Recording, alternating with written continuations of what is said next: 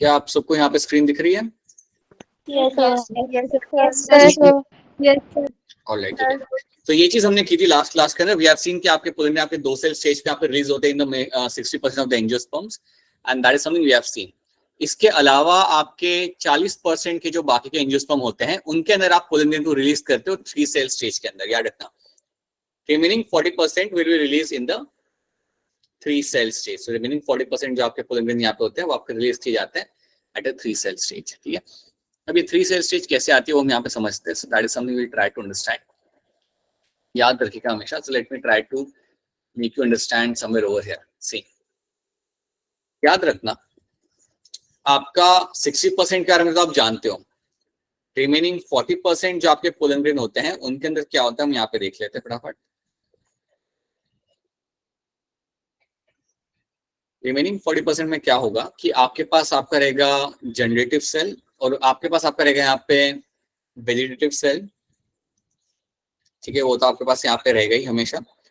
But आपका जो generative cell होता है, आपका जो जनरेटिव सेल होता है that undergoes mitosis.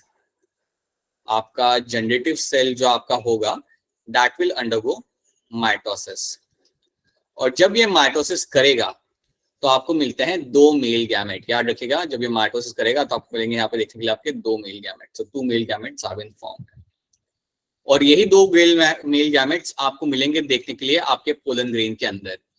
So 2 haploid male gametes can be seen.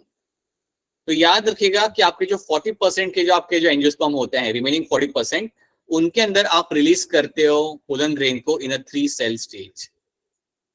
In a 3 cell stage पे आप पोलन ग्रेन को रिलीज कर रहे हो। तो आपने याद ये रखना है कि ये हो रहा है लगभग 40% पॉपुलेशन के लिए या 40% स्पीशीज में आपको ये मिलता है।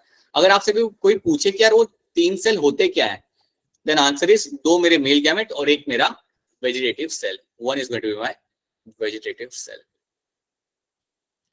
ये बात याद रखना। So one of them is my vegetative cell और बाकी जो 2 मेरे यहाँ पे सेल है that nothing but my male gametes, that nothing but your male gametes.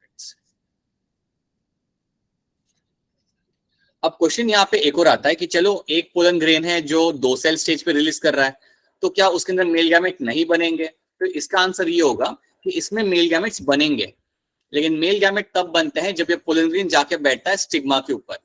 याद रखना अगर एक पोलन ग्रेन रिलीज किया जा रहा है एट अ 2 सेल स्टेज, तो जब वो जाके स्टिग्मा के ऊपर बैठेगा उसके बाद उसके अंदर जो जेनेटिव सेल होगा वो करेगा अपना माइटोसिस चालू, और उसके बाद आपके मेल गैमेट्स बनेंगे। तो 2 सेल स्टेज वाला भी कभी ना कभी मेल गैमेट बनाएगा, लेकिन वो रिलीज करते समय नहीं बना रहा। यहाँ पे मेल गैमेट बनते हैं जब पोलन ग्रेन जाके बैठता है स्टिग्मा के ऊपर। So that is something you have to know. बाकी रिमेनिंग 3 सेल स्टेज आपको मिलेगा होते हुए in your remaining 40% of the species. 40% of the angiosperm I will release the pollen grain in the 3 cell stage. मतलब यहाँ पे मेल गैमेट बन चुका होता है और फिर इनको रिलीज किया जाता है। तो क्या ये वाला पॉइंट आप सबको यहाँ पे क्लियर है? Is this point clear to all of you? Yes sir. तो ये चीज याद रखना हमेशा, राइट। अब हम बात करते हैं हमारे पोलन ग्रेन की कि इनके कुछ स्पेशल फैक्ट्स होते हैं, इनके कुछ स्पेशल फैक्ट्स होते हैं, उनको हम यहाँ पे देख लेते हैं। तो पोलन ग्रेन के कुछ फैक्ट यहाँ पे, जैसे एक चीज याद रखना कि pollen grain are known to cause you the allergic reaction. ये आपको एलर्जी कॉज कर सकते हैं अगर ये एयर में प्रेजेंट है आपके, तो air can cause you the allergy. इसका सबसे बढ़िया एग्जांपल है आपके यहाँ पे 2, chenopodium and your parthenium. Chenopodium को आप इग्नोर कर सकते हो, लेकिन पार्थेनियम को इग्नोर मत करना, ये एंजाइटी का एग्जांपल है। So parthenium is common name आपके यहाँ पे कैरेट ग्रास है। दिस पर्टिकुलर प्लांट के जो पोलन ग्रेन यहाँ पे होते हैं they are known to cause you the allergic reaction. एक और चीज आप यहाँ पे याद रख लेना कि पार्थेनियम जब हम बाहर से वीट एक्सपोर्ट कर रहे थे, राइट, जब हम बाहर से, सॉरी एक्सपोर्ट नहीं, हम जब बाहर से वीट इंपोर्ट कर रहे थे तो वीट के साथ आ गया था ये वाला प्लांट, ऐसे एज अ वीट ये आ गया था। तो जब हमने बाहर की कंट्री से वीट मंगवाया, गेहूं के प्लांट्स मंगवाए थे हमने, तो उनके साथ 1-2 प्लांट पार्थेनियम के आ गए, और आज की डेट में ये हर कहीं ग्रो कर सकता है। आज की डेट में ये हमारे लिए एक प्रॉब्लम बन चुका है और ये हर एक जगह पे ग्रो करता है, and that is something known to cause you the allergic reaction. So याद रखना व्हाट इज माय पार्थेनियम, ठीक है। उसके अलावा आपके पोलन टैबलेट्स और सिरप की भी हम यहाँ पे बात कर सकते हैं। देखिए पोलन ग्रेन को हम इवन यूज करते हैं कंजम्पशन के लिए। कई सारे पोलन ग्रेन को एज अ टैबलेट फॉर्म में या सिरप के फॉर्म में कंज्यूम किया जाता है। अब इसे कंज्यूम जनरली कौन करता है? इसको कंज्यूम करते हैं मेरे एथलीट्स, और कई बार इनको रेस हॉर्स को भी खाने के लिए दिया जाता है। देखा गया है कि इनसे इनका परफॉर्मेंस काफी ज्यादा इंक्रीज होता है। इसके अंदर कई सारे न्यूट्रिएंट्स होते हैं, there are many nutrients you find in the pollen grain, और अगर आप वो कंज्यूम करते हैं आपका एथलेटिक परफॉर्मेंस आपका यहाँ पे इंक्रीज होगा। So that is why athletes और race horses pollen pollen tablets को कंज्यूम करते हैं और आपके सिरप को भी यहाँ पे कंज्यूम करते हैं। अच्छा, कोई मुझे बताना चाहेगा अगर मुझे टैबलेट खिलाना होगा हॉर्स को तो मैं कैसे खिलाऊंगा? अरे थिंक एन आंसर ना, how you can feed a tablet to a horse? Human sir उसके खाने में मिक्स करके। सर उसके फूड में मिक्स कर देने का, उसके खाने के अंदर उसके जो भी उसका खाना रहेगा उसमें मिक्स कर दो एक टैबलेट एंड फीड दैट। ऐसे ही करके आप अपने पेट एनिमल भी खिला सकते हो। This is the same thing you do and feed your pet animal as well. So that is what you do with the horses as well, and this is something you have to know. Tablet form और syrup form में आप pollen tube को consume करते हैं, humans भी consume करते हैं, ठीक है। तो ये चीज एज अ फूड सप्लीमेंट इसे यूज किया जाता है। Now viability of the pollen grain. अब ये एक चीज समझ लेना, देखो होता क्या है ना कि पोलन ग्रेन जब आपके निकलते हैं एंथर में से तो वो कुछ टाइम के लिए ही वो रहते हैं viable. After certain amount of time वो अगर पहुंच भी गए ना आपके स्टिग्मा तक तभी वो जर्मिनेट नहीं करेंगे। तो होता क्या है कि समझो आपका एक पोलन ग्रेन है, फॉर एग्जांपल हम लेते हैं राइस का एग्जांपल, हम कहते हैं राइस का एग्जांपल हम लेते हैं एग्जांपल राइस और व्हीट का। तो राइस और व्हीट में क्या होगा कि जब आपका पोलन ग्रेन यहाँ से निकलेगा तो पोलन ग्रेन आपका वायबल रहता है सिर्फ आपके आधे घंटे के लिए, राइट। अगर आधे घंटे के अंदर वो कहीं पे जाके बैठ पा रहा है, if it is able to sit on the stigma आधे घंटे के अंदर, तो वो आपका जर्मिनेट कर जाएगा, उसमें से पोलन ट्यूब आपकी बन जाएगी। बट अगर आप अज्यूम करो कि अगर आपका पोलन ग्रेन आधे घंटे के अंदर अपनी डेस्टिनेशन तक पहुंच नहीं पाया या ज्यादा टाइम लग गया, देन ये आपका पोलन ट्यूब बना नहीं पाएगा। सो याद रखिएगा, pollen grain are going to show certain amount of viability. इनकी वायबिलिटी का एक ड्यूरेशन होता है, तब तक ये यूजफुल होते हैं, उसके बाद ये काम के नहीं होते हैं। तो देखा जाए तो व्हीट और राइस की जो पोलन ग्रेन होते हैं they lose the viability after 30 minutes.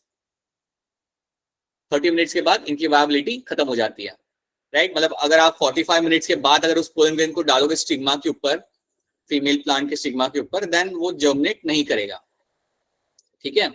And in some members of the rosaceae, leguminosae and solanaceae, in this group of plants क्या रहता है कि आपकी वायबिलिटी रहती है महीने भर तक। You will find the pollen grain can remain viable for months. मतलब पोलन ग्रेन अगर निकल गया होगा ना प्लांट में से, और अगर आप उससे लाइक 1 महीने बाद पे अगर आप स्टिग्मा पे अगर आप जाके रख दोगे तो आपका वहां पे जर्मिनेट कर जाएगा। तो यहाँ पे बताने की ये कोशिश की जा रही है कि आपके पोलन ग्रेन की वायबिलिटी आपके यहाँ पे डिफर करती है। This is something will differ from species to species. तो ये भी चीज आपको यहाँ पे याद रखनी है। These are the examples which you have to remember, ठीक है। Then you have a pollen bank. अब पोलन बैंक में बेसिकली आपके यहाँ पे क्या होता है, what you will get to see that अगर कुछ पोलन ग्रेन है जिसको आपको प्रिजर्व करना है, समझो कुछ पोलन ग्रेन है जो आपके लिए काफी इंपॉर्टेंट है और आपको उन्हें प्रिजर्व करना है, तो आप उन्हें कहाँ प्रिजर्व कर सकते हो? आप उन्हें प्रिजर्व कर सकते हो लिक्विड नाइट्रोजन के अंदर एट -196 डिग्री सेल्सियस के अंदर। याद रखना ये जो टेम्परेचर याद रखना, कई बार क्वेश्चन आ चुका है पहले नीट के अंदर। सो लिक्विड नाइट्रोजन में आपका जो टेम्परेचर यहाँ पे रहेगा वो आपका रहेगा -196 डिग्री सेल्सियस। इस टेम्परेचर के अंदर आप अपने पोलन ग्रेन को प्रिजर्व करके रख सकते हो सालों के लिए। आपने 2020 में रख दिया उन्हें, आप 2045 को आप उसे यूज कर सकते हो, वो प्रिजर्व रहेंगे। तो याद रखना ऐसे एरियाज को हम बोलते हैं पोलन बैंक। ये सीड बैंक की तरह ही होते हैं और ये यूज किए जा सकते हैं मेरे क्रॉप ब्रीडिंग प्रोग्राम के लिए। क्रॉप ब्रीडिंग प्रोग्राम के यूज किए जा सकते हैं, इवन कंजर्वेशन के लिए। अगर किसी प्लांट को आपको कंजर्व करना हो, कोई प्लांट है जिसका पॉपुलेशन डिक्लाइन हो चुका है और अगर आपको इसको कंजर्व करना हो, सो इवन कंजर्वेशन एक्टिविटी के लिए भी आप पोलन ग्रेन को प्रिजर्व कर सकते हो। Even for the conservation activity will find the pollen grain needs to be preserved, ठीक है। तो ये चीज याद रखना, that is something you have to know। so याद रखिएगा पोलन ग्रेन को प्रिजर्व किस टेम्परेचर पे और लिक्विड नाइट्रोजन के अंदर रखा जाता है, that's one thing you have to know। और इसका पर्पस क्या होता है कि आप उसे प्रिजर्व करो पोलन ग्रेन को, ताकि आप कर सको अपनी क्रॉप ब्रीडिंग प्रोग्राम कर सको, या फिर आप उस स्पीशीज को कंजर्व करने के लिए आप ये सब कर सकते हो, ठीक है। पता नहीं आपको मालूम है या नहीं, लेकिन लिक्विड नाइट्रोजन को इवन यूज किया जाता है आइसक्रीम बनाने के लिए। मालूम है ये बात किसी को? शायद कभी देखा होगा, शायद आपने टीवी पे शायद कभी कुछ चीजें देखा हो शायद से, बट लिक्विड नाइट्रोजन को आप इवन यूज करते हो, कई बार आइसक्रीम बनाने के लिए भी इसको यूज किया जाता है, ठीक है, लाइक बहुत कॉमनली नहीं, बट एट सर्टेन प्लेसेस ये they do that, right. So these are the things you have to know about it. So याद रखना यहाँ पे पोलन ग्रेन के बारे में कुछ फैक्ट याद रखना। एक तो ये वाला याद रखना कि उसे प्रिजर्व किया जा सकता है। वायबिलिटी के बारे में याद रखना, क्या होती है वायबिलिटी। एंड पोलन ग्रेन को हम कंज्यूम कर सकते हैं एज अ टैबलेट या सिरप फॉर्म के अंदर, ठीक है। एंड या these are the few things you have to know. Along with allergic reaction ये कॉज करते हैं। अगर आपको अपना 11th ग्रेड याद होगा तो वहां पे कंडीशन होती है breathing and exchange of gases. तो उसके अंदर एक बीमारी होती है जिसे हम कहते हैं आपका asthma. So asthma is something, हाँ, asthma is something caused by allergens. तो pollen grain is one of the allergen जो आपका अस्थमा का लाइक ट्रिगर कर सकता है, अस्थमा का अटैक ट्रिगर कर सकता है, ठीक है। तो ये इतना आपने याद रखना है। देन आपको यहाँ पे मिल रहा है, आपको यहाँ पे देखने के लिए आपका पोलन ग्रेन तो टूट चुका है। सो बेसिकली यहाँ पे क्या हो रहा है, दिस इज अ डिहाइस्ड एंथर। सो यहाँ पे आपका डिहाइसिस आपका हो रहा है। सो बेसिकली यहाँ पे हो क्या रहा है कि आपका पोलन ग्रेन यहाँ पे आपका ब्रेक हो रहा है और अब यहाँ से मेरे पोलन ग्रेन बाहर निकलेंगे। So I will finding now my all the pollen grain will be release in the atmosphere. याद रखिएगा जो लोकेशन होता है जहां से मेरा पोलन ग्रेन ब्रेक होगा, that point is called as my stromium, या स्ट्रोमियम वो लोकेशन होता है। इसको अगर मैं सही तरीके से बोलूं तो स्ट्रोमियम वो आपका लोकेशन है जहां से मेरा पोलन ग्रेन रप्चर होगा। So stromium is a point from where I will find my pollen grain will rupture and will release the pollen grain. याद रखिएगा आपका जो not pollen grain, anther will rupture. This is a point where I will finding the anther will rupture. This is a point where I'll find my anther will rupture, और rupture होने के बाद ही आपके pollen grain को करेगा release. आपने एक चीज यहाँ पे याद रखनी है कि आपका एंथर रप्चर होने के पहले पूरा ड्राई हो जाता है। आपका एंथर रप्चर होने के लिए पूरा ड्राई हो जाएगा और उसके बाद वो ब्रेक होगा एंड देन आपका पोलन ग्रेन यहाँ पे होता है रिलीज। अब अगर आपको याद हो तो आपके एंडोथीशियम की हमने बात किया था। Endothecium is a side, endothecium is a layer जो आपका हेल्प करता है for the dehiscence of the anther, ठीक है। तो वो उसका रिलेशन याद रखना। So that is something we should be playing a role over here. ये उसी पॉइंट से ये टूटेगा जहां पे आपका फाइबर का थिकनिंग होगा कम। सो स्ट्रोमियम बेसिकली वहां पे होता है जहां पे फाइबर का थिकनिंग कम होता है और देन वहां से वो ब्रेक होगा easily and then the pollen grain will release. That is something you have to know. So it's a simple thing, right. Connective क्या करता है, किसी को याद है कनेक्टिव क्या करता है मेरा यहाँ पे? कनेक्टिव एंथर की जो लोब होती है उनको कनेक्ट करता है, उनको कनेक्ट करके, हाँ जी, दोनों लोब्स को वो कनेक्ट करके वहां पे रखेगा मेरा connective, right. That's vascular tissue. अब हमने यहाँ पे ये चीज देख ली। Now will have to jump on to the next topic, that is my female reproductive system.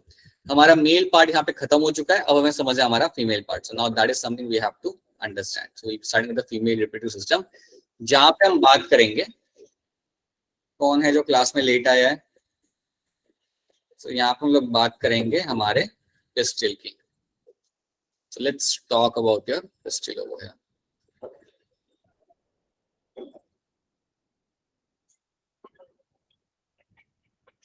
थोड़ा अजीब बन गया but still it's a pistil. So now what will happen? A pistil will have a stigma. It will have the style.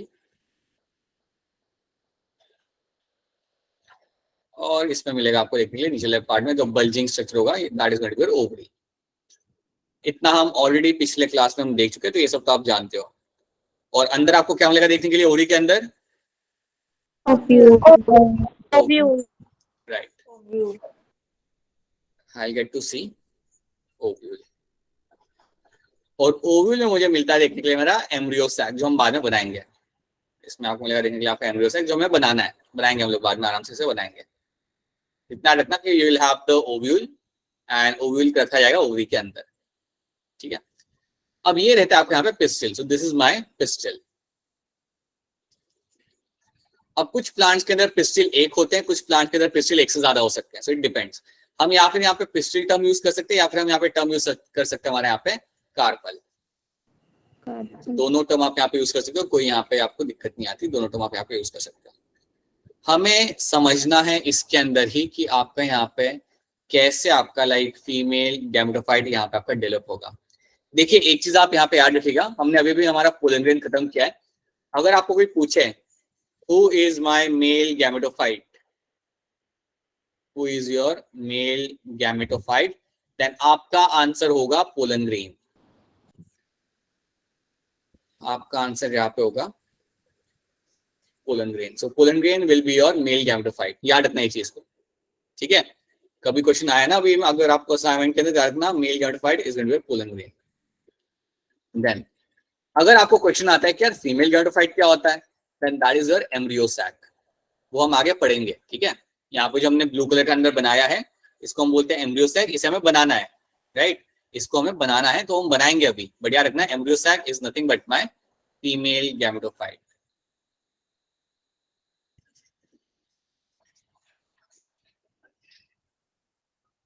Right.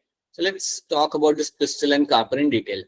याद रखिएगा female reproductive system को या female reproductive structure को हम यहाँ बोलेंगे gynoecium, and gynoecium will have this pistil and carpel will be seen over here, right, कोई भी आप टर्म यहाँ पे यूज कर सकते हैं। And they will have the three main parts, stigma, style and ovary.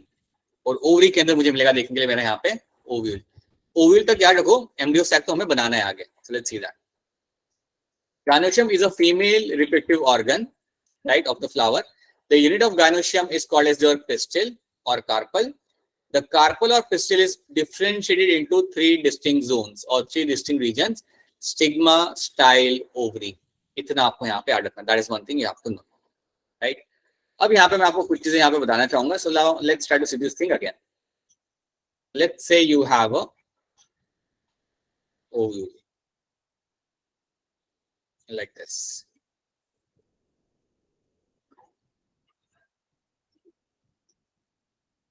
Now let's say you have a long stalk over here. यहाँ पे एक long stalk बनाते हैं, कोई दूसरे कलर का बनाते हैं हम लोग. So you have a long stalk coming from this vertical area और ये नीचे आ रहा है. So you have this long stalk coming out of the ovule and going down. This.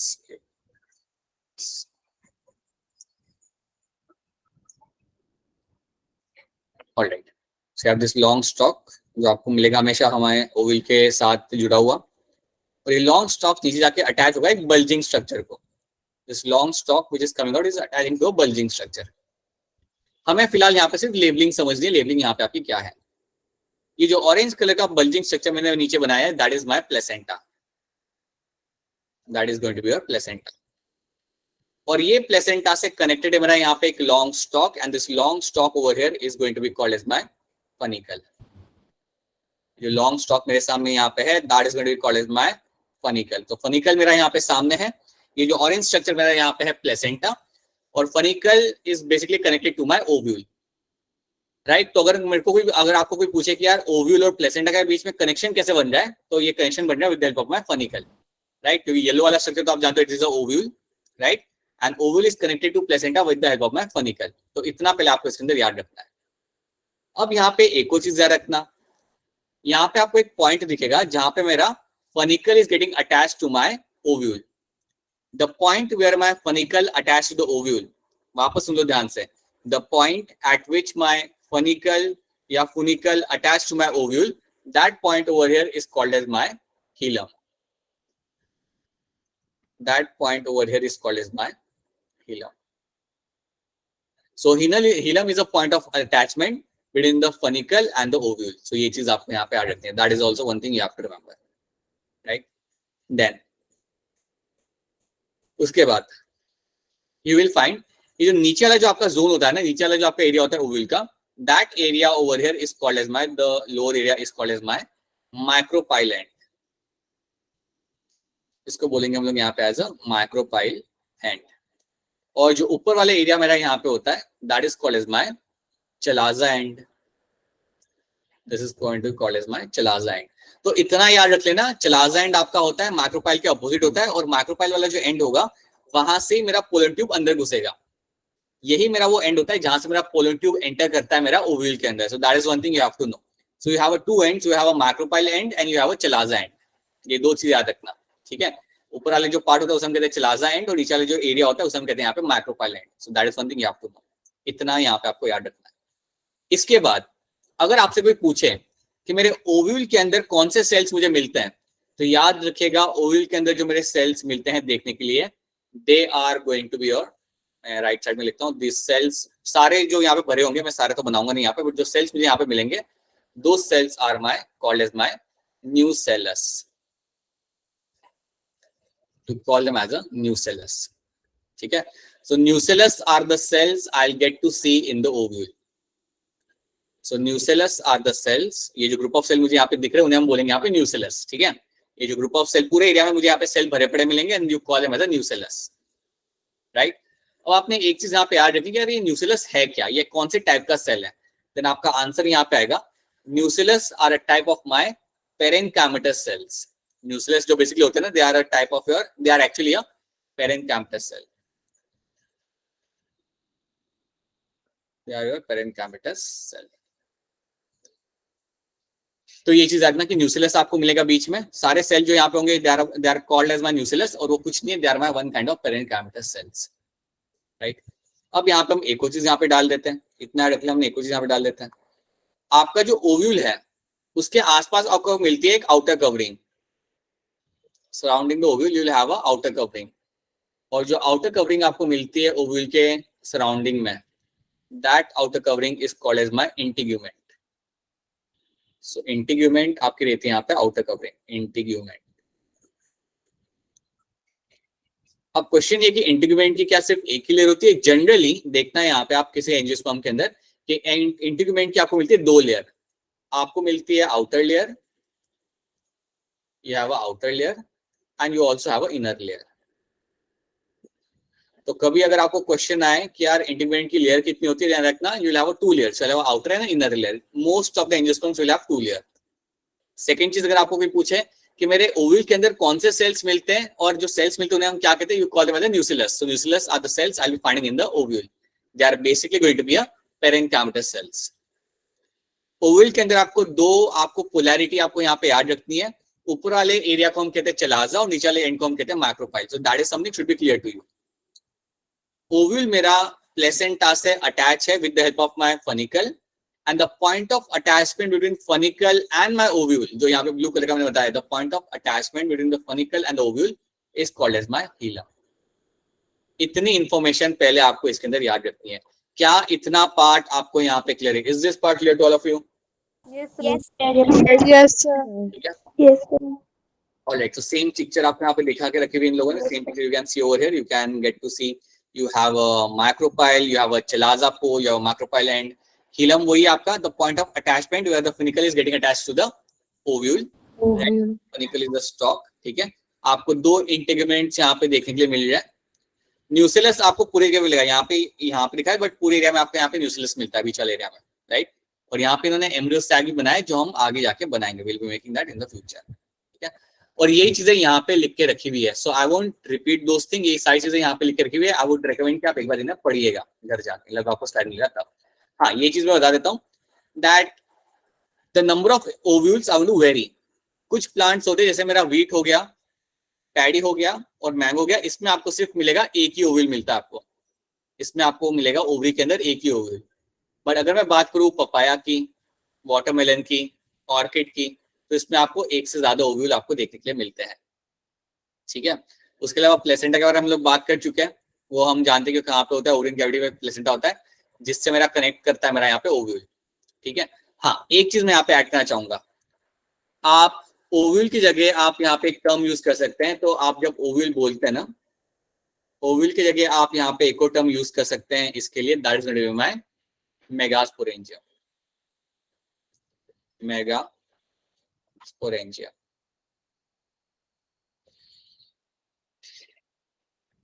सो याद रखिएगा, ओव्यूल के अलावा you can use a term like a megasporangium over here. So ovule के अलावा you can also use a term that is my megasporangium. ये चीज भी आपको यहाँ पे याद रखनी है.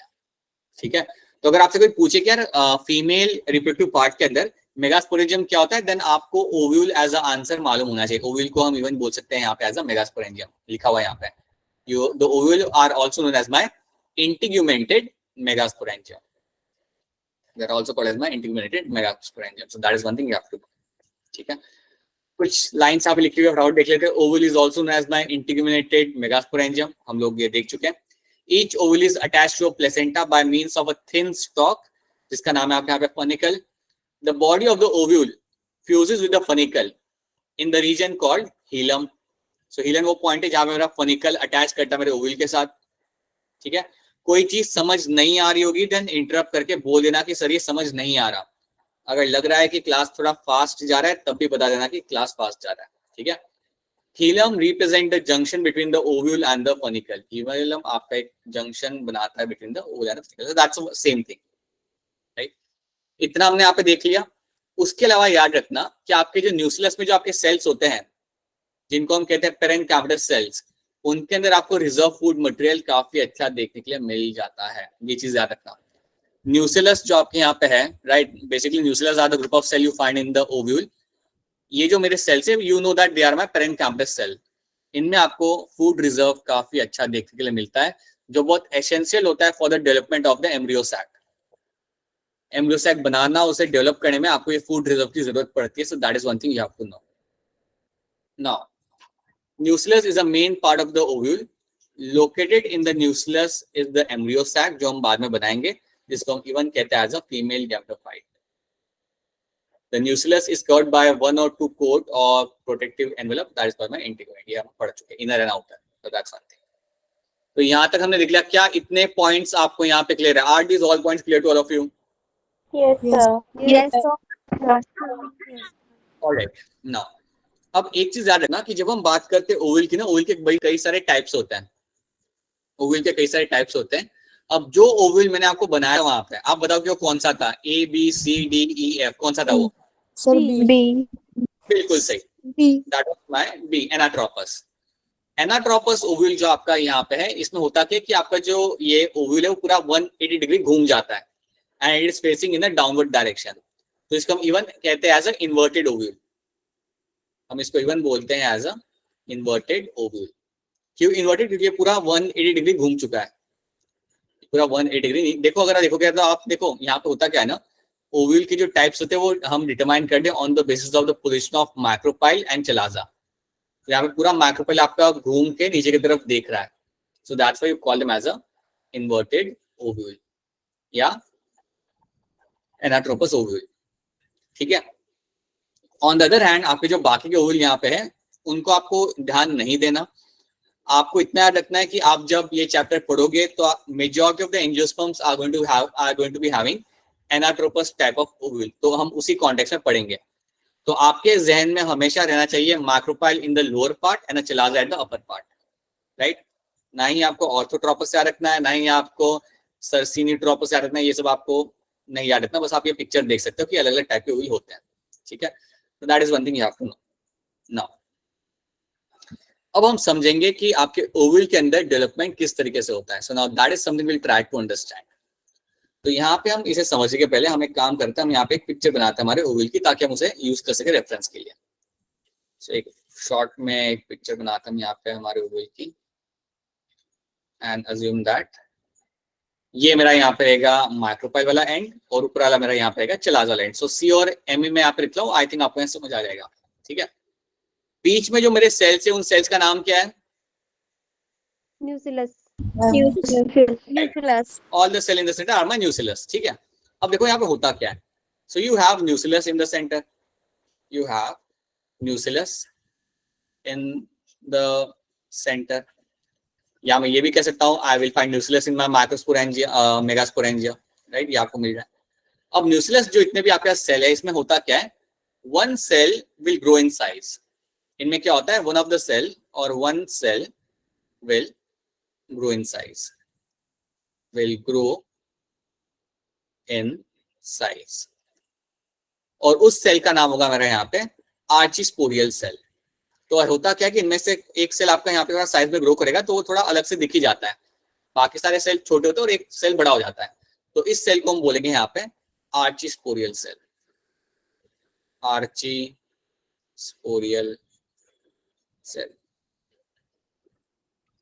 ठीक है, अब ये सेल क्या करेगा? जैसे ये सेल बन गया it will undertake the mitosis. ये सेल करता है आपका माइटोसिस। अब ये जैसे ही माइटोसिस करेगा आपको दो सेल ये बना के देगा। एक होगा आपका यहाँ पे पैराइटल सेल, एक होगा आपका यहाँ पे पैराइटल सेल जिसे हम कहते हैं प्राइमरी पैराइटल सेल। इसे हम इवन बोलते हैं प्राइमरी पैराइटल सेल। और दूसरा सेल जो यहाँ पे वो बना के देगा, that cell is called as my sporogenous cell. Sporogenous cell. अब मुझे आप ये बताओ, क्या आपने स्पोरोजिनस सेल नाम पहले सुना है? Yes sir. Yes, sir.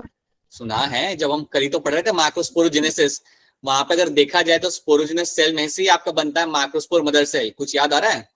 हमारा जो माइक्रोफोरेंजिया था उसमें आपका स्पोरोजिनस टिश्यू था, उसमें था आपका sporogenous cell, and some of the sporogenous cell used to behave like a microspore mother cell.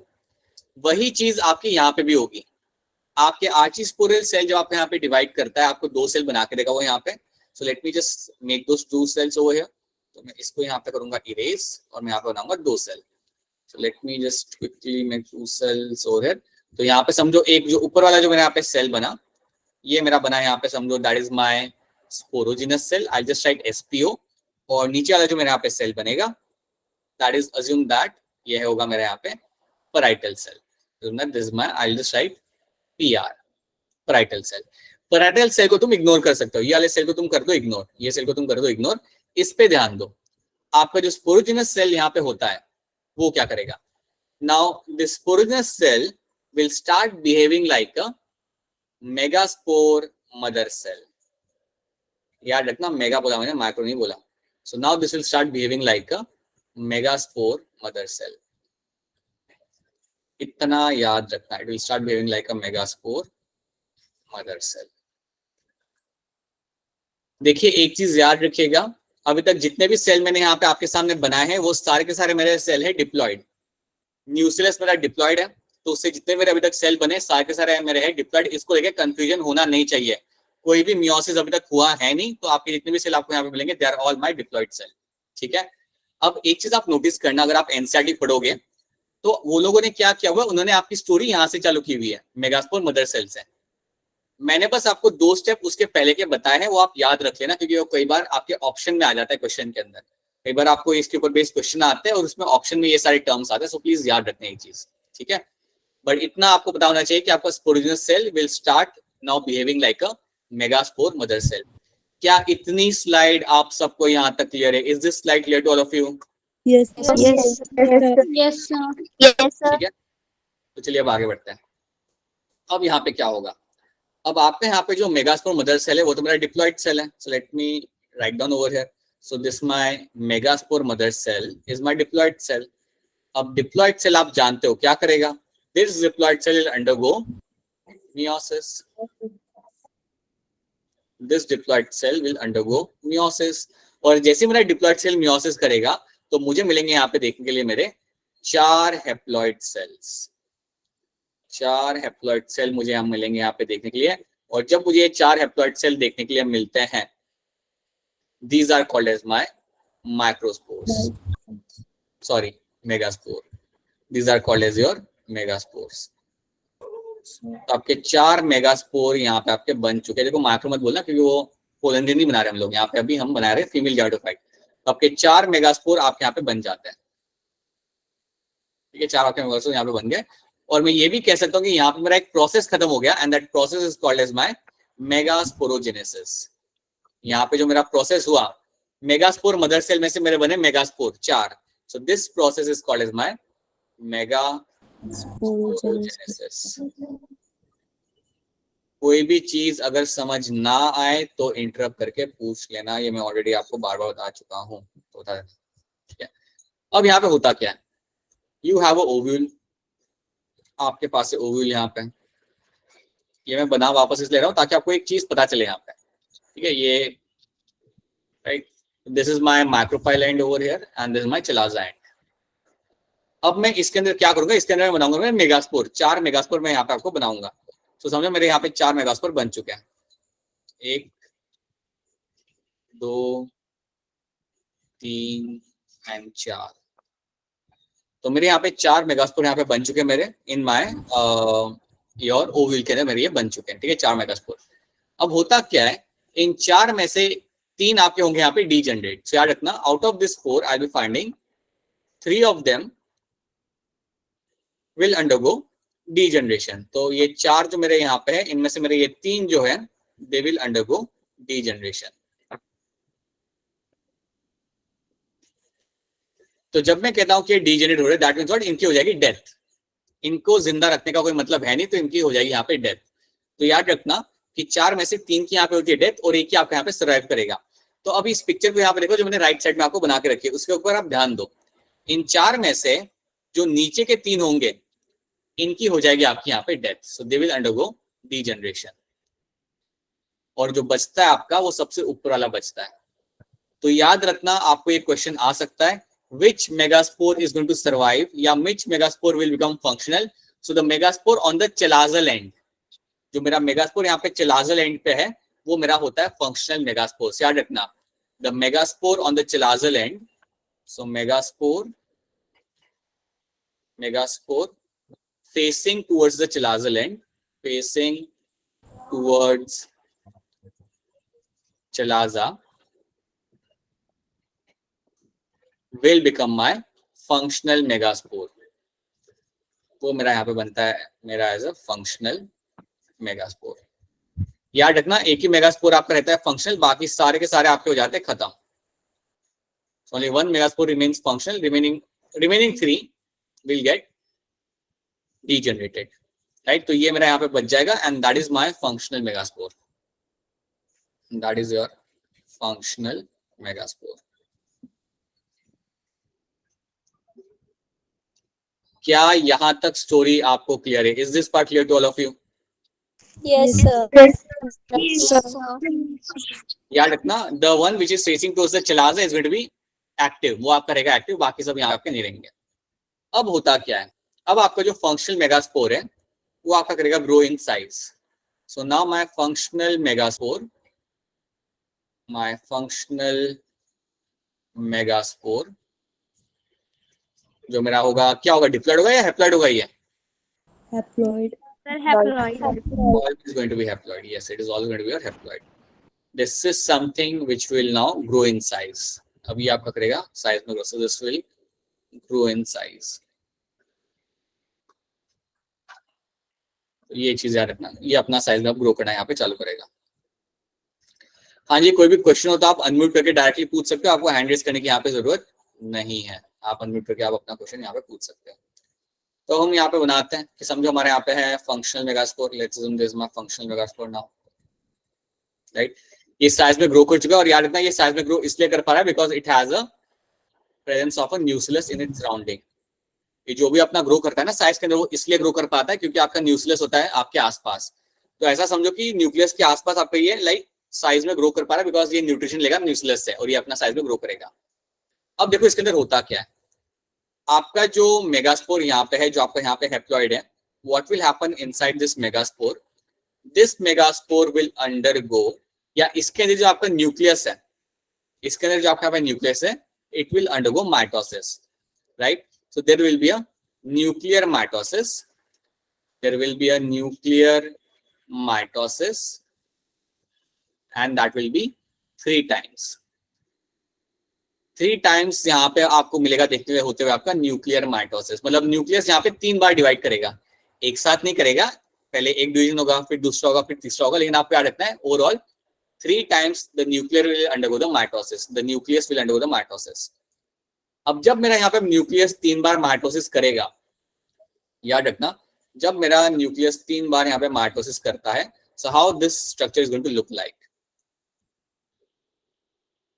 जब 3 टाइम माइटोसिस यहाँ पे होगा, when you will find 3 times mitosis यहाँ पे होता है, I will just write over here again nuclear mitosis. याद रखना न्यूक्लियर माइटोसिस सेल्यूलर माइटोसिस नहीं है, so only nucleus is undergoing the mitosis.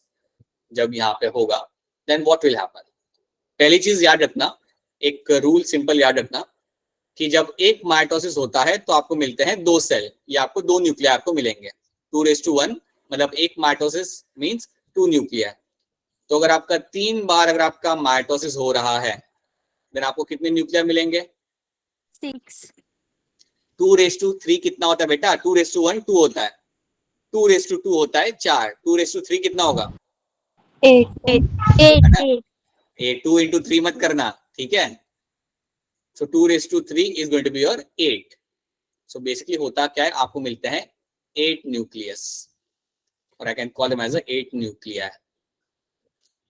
So 8 nuclei will be seen in my now this particular developing megaspore, जो megaspore बहुत बड़ा हो चुका होगा, now this will have the presence of the 8 nuclei. So 8 nuclei इसके अंदर देखने के लिए मिलेंगे।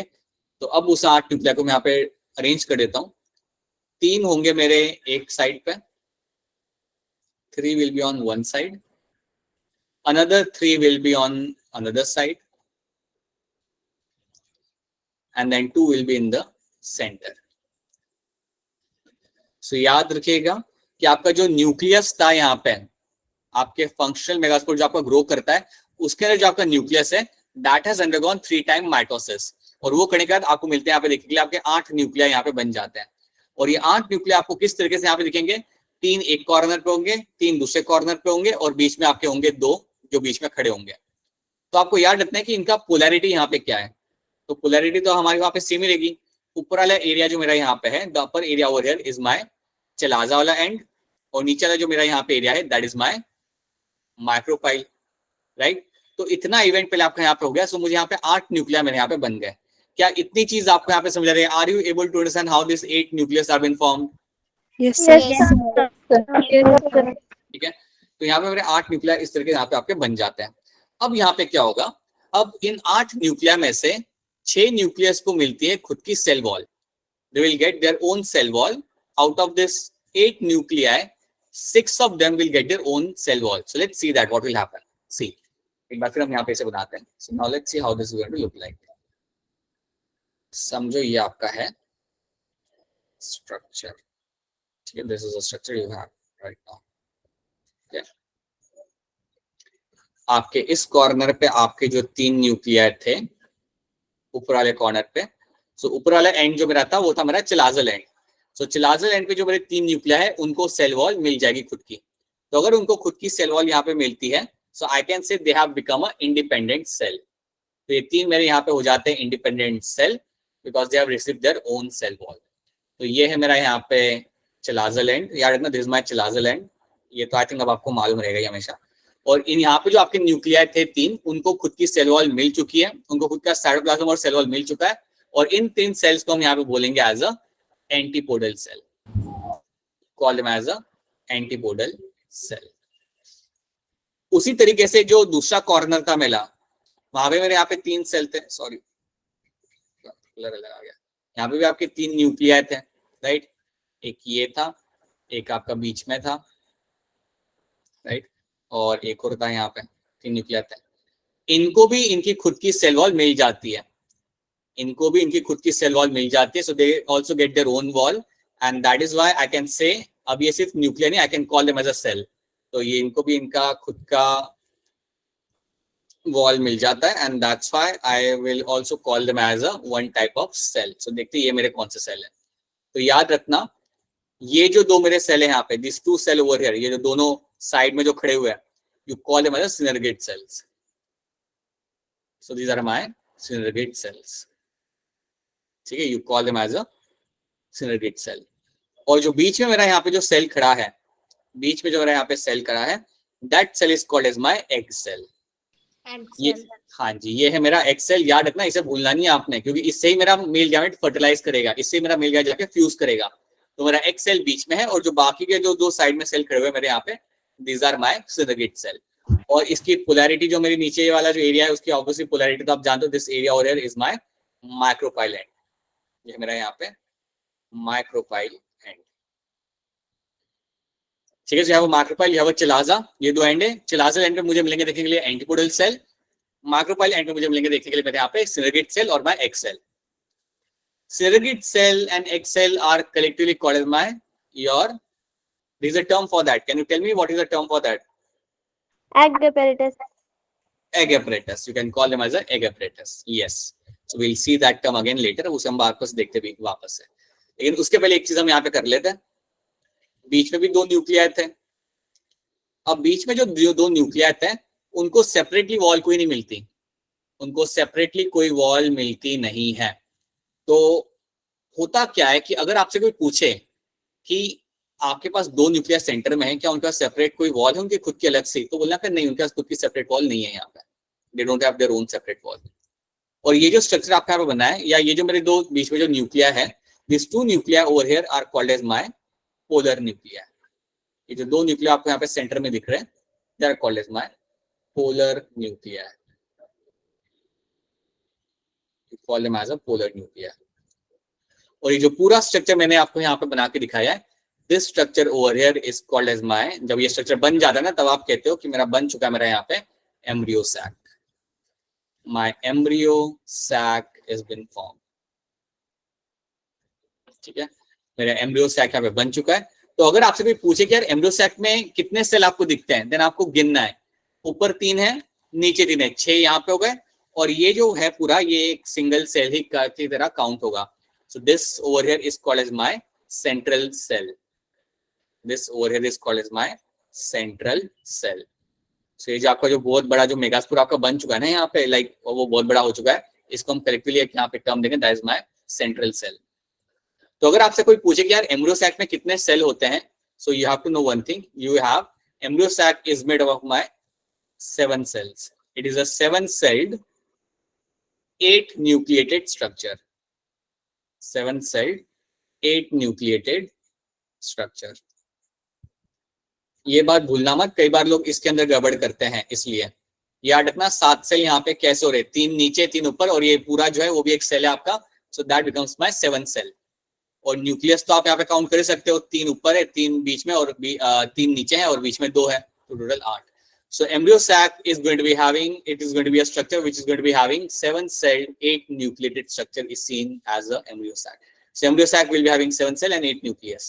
इतना आपको यहाँ पे याद रखना है, this is one thing you have to know। क्या इतनी चीजें आपको यहाँ पे समझ आ रही है? Is this part clear to all of you? Yes sir, yes sir। Right, तो ये चीज आपको यहाँ पे याद रखनी है। अब एक और चीज यहाँ पे याद रखिएगा कि आपके जो बीच में जो पोलर न्यूक्लिया है ये फिलहाल एक दूसरे से जुड़े हुए नहीं है, दे आर दोनों एक दूसरे से यहाँ पे अलग है, बाद में ये जुड़ जाएंगे, बाद में with the course of time they will get themself attached to each other, and तब उन्हें हम बुलाएंगे secondary nucleus. At that point of time हम उन्हें बुलाएंगे यहाँ पे सेकेंडरी न्यूक्लियस। ठीक है, याद रखना माइक्रोपाइल एंड से ही मेरा घुसेगा यहाँ पे, मेरा अंदर एंटर करेगा मेरा यहाँ पे पोलन ट्यूब, राइट, वो और कहीं से नहीं आएगा। और उसके आसपास माइक्रोपाइल के पास मुझे मिलते हैं सिनर्गेट सेल्स, एंड उसके अपोजिट एंड पे चिलाजल एंड में मुझे मिलते हैं यहाँ पे देखने के लिए मेरे एंटीपोडल सेल्स। सेंट्रल सेल के अंदर आपको मिलेगा देखने के लिए 2 पोलन न्यूक्लिया जो बाद में जुड़ जाएंगे, कब जुड़ेंगे हम बाद में देखते हैं, बट जब ये जुड़ेंगे you call them as a secondary nucleus, right. एक सेल जो मेरा यहाँ पे सेंटर में है, ये वो सेल है जिससे मेरा एक मेल गैमेट यहाँ पे फ्यूज करेगा। सो इतना आपको फिलहाल इसके अंदर याद रखना है, few things you have to know. अभी हम इसमें और टर्म्स हम डालेंगे, right, we will use a term like egg apparatus, we will use a term like secondary nucleus, हम वो बाद में इसके अंदर हम टर्म डालना चालू करेंगे, बट इतना पहले याद रखना, that is how my female gametophyte is been form. एक बार तुम्हारा एम्ब्रियो सैक बन गया, आपने काफी क्लियरली बोलना है कि मेरा फीमेल गैमेटोफाइट यहाँ बन चुका है, my female gametophyte is been form, ये मेरा यहाँ पे बन चुका है, बस यहाँ पे मेरा काम खत्म होता है, मेरा फीमेल गैमेटोफाइट यहाँ पे बन गया, बात खत्म, सिंपल सी बात है। मैं आपको यहाँ पे एक पिक्चर दिखाना चाहूंगा। अच्छा, पहले ही हम देख लेते फटाफट। आर्चिस्पोरियम, आर्चिपोरल सेल जो मैंने आपको बताया था, divides mitotically to form primary parietal cell and primary sporogenous cell. इसको हम कर सकते हैं इग्नोर, हमें फोकस करना है हमारे स्पोरोजिनस सेल के ऊपर। अब स्पोरोजिनस सेल यहाँ पे क्या करेगा, it directly act as a megaspore mother cell, right. A single megaspore mother cell is differentiated in the micropyle region of a nucleus during the ovoid development. तो जब आपका ओविड डेवलपमेंट कर रहा होता है तभी आपका मेगास्पोर मदर सेल आपको वहाँ पे बन जाता है, वो आपका रेडी हो जाता है वहाँ पे। अब आप जानते हो ये क्या करेगा, अब आप लोग मुझे बताओ फटाफट अनम्यूट करके, मेगास्पोर मदर सेल अब इसके बाद क्या करेगा, what it will do? Meiosis करेगा और मेगास्पोर राइट, बिल्कुल सही, मियोसिस करेगा and will form the megaspores, right. अब जब मैं यहाँ पे 4 मेगास्पोर बनेंगे, उसमें से कितने डीजेनरेट हो जाएंगे? 3 ऑफ देम विल डीजेनरेट। और कौन सा सरवाइव करेगा ये मुझे बता दो?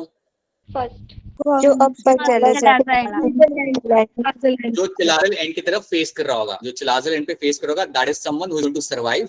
बाकी आपके 3 जो यहाँ पे होंगे वो आप हो जाएंगे यहाँ पे डीजेनरेट। तो ये सारे पॉइंट्स आप खुद से पढ़ सकते हो, they are all the same thing जो हमने यहाँ पे डिस्कस किया था, right, all the same thing.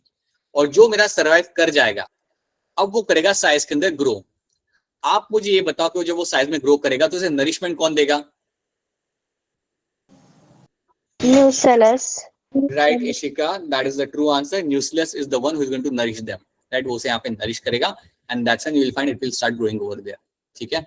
And ये मेगास्पोर मेरा फ्यूचर में मेरा बनाएगा यहाँ पे फीमेल गैमेटोफाइट, यहाँ पे डायरेक्टली यहाँ पे लिखा हुआ है, फिलहाल जो हमने यहाँ पे डिटेल में पढ़ा था वहाँ पे डायरेक्टली लिखा हुआ है, this megaspore is something which will future में आपको बनाता है यहाँ पे आपका फीमेल गैमेटोफाइट, राइट। सो याद रखना this is something we have seen. And this method of embryo sac formation, देखो जब आप एक सिंगल मेगास्पोर यूज करके एम्ब्रियो सैक बनाते हैं, right, this is called as my monosporic development, this is called as your monosporic development. So monosporic development में याद रखना जब आपका एक सिंगल मेगास्पोर आपका इन्वॉल्व होता है पूरा एम्ब्रियो सैक बनाने के लिए, तब उसे हम बोलते हैं यहाँ पे एज अ मोनोस्पोरिक डेवलपमेंट। मैं चाहता हूं कि आप इतनी स्लाइड्स तक आप यहाँ पे याद रखें, इसको एक बार पढ़ लें। आज शाम को मैं आपको क्वेश्चंस दूंगा which will be based on जो पहले का हमने पढ़ा था मेल वाला पार्ट, और फीमेल पार्ट में से जितना हमने अभी तक यहाँ पे किया है उसमें से आपको कुछ क्वेश्चंस आपको मिलेंगे, so please do that as well.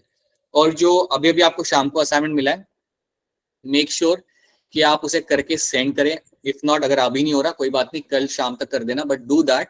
और जैसे आप मुझे असाइनमेंट सेंड करेंगे, rather than checking the assignment, because sometime it becomes difficult for me to check the assignment, I will be sharing with you the answer key, right, मैं आपके साथ answer की वहां पे शेयर कर दूंगा, सो आप उसे चेक कर सकते हो फटाफट कि आपके कितने सही है कितने गलत, right. So please do that, right, I have to make a please make sure you do that and you don't miss out on that. जो आपको असाइनमेंट अभी मिलेगा वो भी like I am not expecting you कि आप फटाफट करके मुझे दो, बट एटलीस्ट मेक श्योर कि वो कल शाम तक वो हो जाए, ठीक है, बिकॉज ज्यादा क्वेश्चन होंगे नहीं, 10-11 क्वेश्चन ही उसके अंदर होंगे, ठीक है।